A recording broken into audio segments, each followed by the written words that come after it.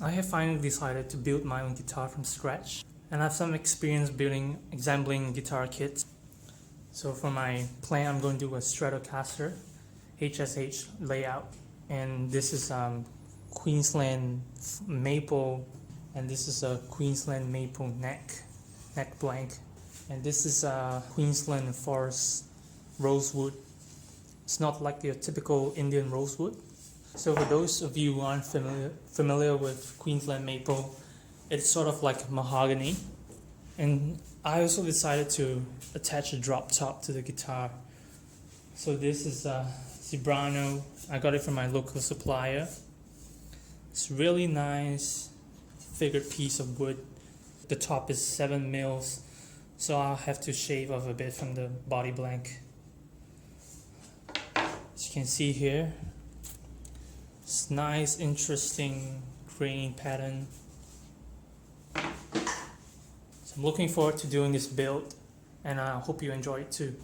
And here are some of the templates I'm going to use. So this is a Strat style 3 single coils. So this is 3 millimeters thick, and this is the headstock, the neck. So it's standard Fender style headstock.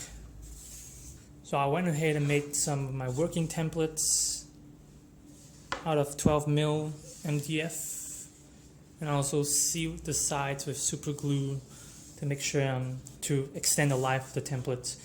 And as you can see here, I kind of modified the neck joint, the neck pocket, to go with the asymmetrical joint, which I like on the Fender American Deluxe series. And this is the neck itself, and I modified the headstock. It's my own design, so it's a bit thin and small at the tip, and it gets bigger.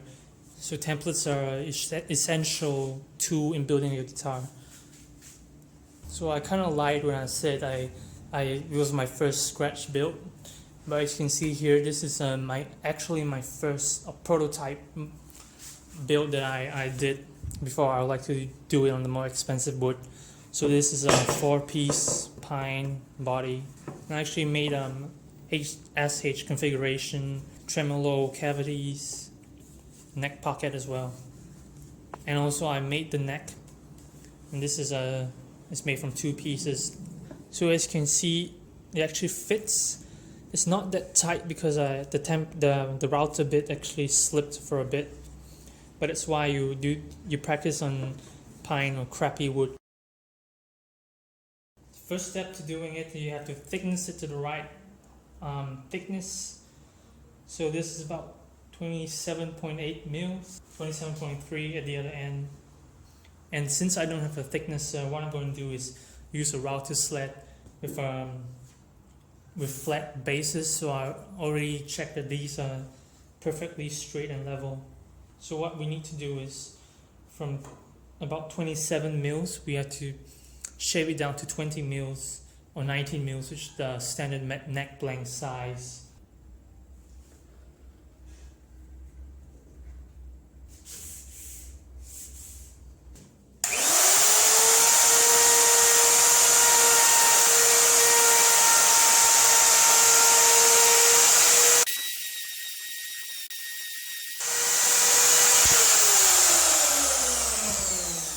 The first pass is complete.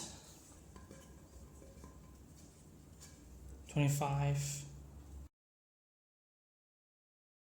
So I just thickness the neck and the fingerboard.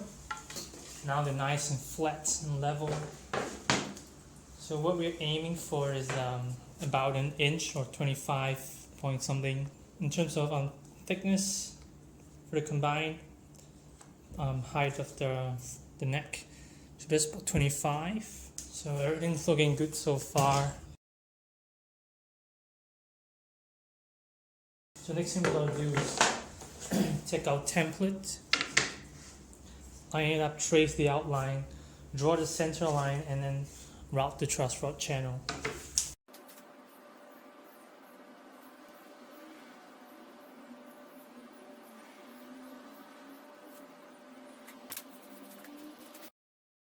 Alright, I have my center line, and I drew the outline of the neck. And this is my dual action truss rod. It's a 4mm Allen wrench, adjustable. So I've taken some measurements. This is where the nut is. And I'm going to put the tip of the truss rod just below where the nut will be. So if this is where the nut is, we'll have about this much left to go. So we're going to measure it. The depth of the truss rod will be about 9 mils and the width 6 mils.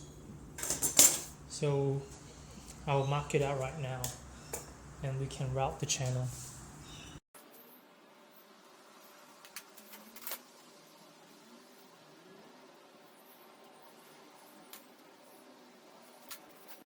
I'm just drilling some holes, relief holes where the truss rod channel will be.